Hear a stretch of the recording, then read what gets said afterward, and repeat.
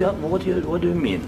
I'm talking about the kind of diplomacy that's going to end the destruction of your country. Yes, but if you Mr. President, with respect, I think it's disrespectful for you to come into the Oval Office and try to litigate this in front of the American media. Right now, you guys are going around and forcing conscripts to the front lines because you have manpower problems. You should be thanking the President for trying to bring an end to this conflict. Have you ever been to Ukraine that you say what problems we have?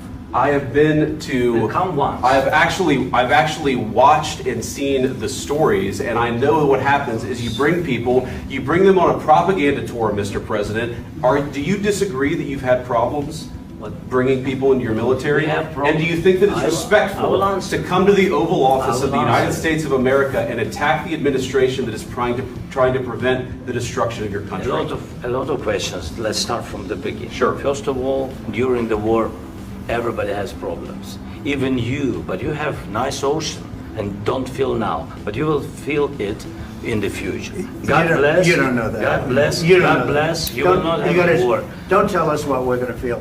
We're trying to solve a problem. Don't tell us what we're going to feel. I'm not telling you. Because you're in no position to dictate that. That's exactly what you're doing. You're in no position to dictate what we're going to feel. We're going to feel very good. You will feel influence. We're going to feel very good and very strong. You will feel influence. You're right now not in a very good position. You've allowed yourself to be in a very bad position, and he happens to be right about it. From the very beginning of the war. You're not in a good position. You don't have the cards right now. With us, you start having cards. Right now, you don't. You're playing cards. You're playing cards. You're gambling with the lives of millions of people. You're gambling with World War III. You're gambling with World War III.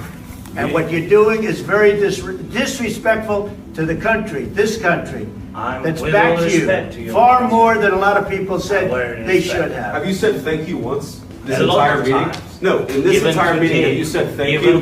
You went to Pennsylvania and campaigned for the opposition in October. Offer some words of appreciation for the United States of America and the president who's trying to save your country. Please, you think that if you will speak very loudly about the war, you can... He's not speaking loudly. He's not speaking loudly. Your country is in big trouble. Can I answer? Wait a minute. No, you've done a lot of talking. Your country is in big trouble. I know. You're not winning. You're not winning this. You have a damn good chance of coming out okay because of us. Mr. President, we are staying in our country, staying strong from the very beginning of the war. We've been alone, and we are thankful. I said thanks you haven't been alone. Cabinet. You haven't been alone. We gave you, through this stupid president, $350 billion. We gave you military equipment, and you men are brave, but they had to use our military. If you didn't have our military equipment, this war would have been over in 2 weeks. In 3 days, I heard it from Putin. In 3 days, this is something maybe new. Less. In 2 weeks, of course, yes. It's going to be a very hard thing to do business like this. Again, just say thank you. I said a lot of times to American people. Accept that there are disagreements, and let's go litigate those disagreements rather than trying to fight it out in the American media when you're wrong. We know that you're wrong. But you see, I think it's good for the American people to see what's going on. I understand, sir. I think it's very important. That's why I kept this going so long. You have to be thankful. You don't have the cards. You're buried there. Your people are dying.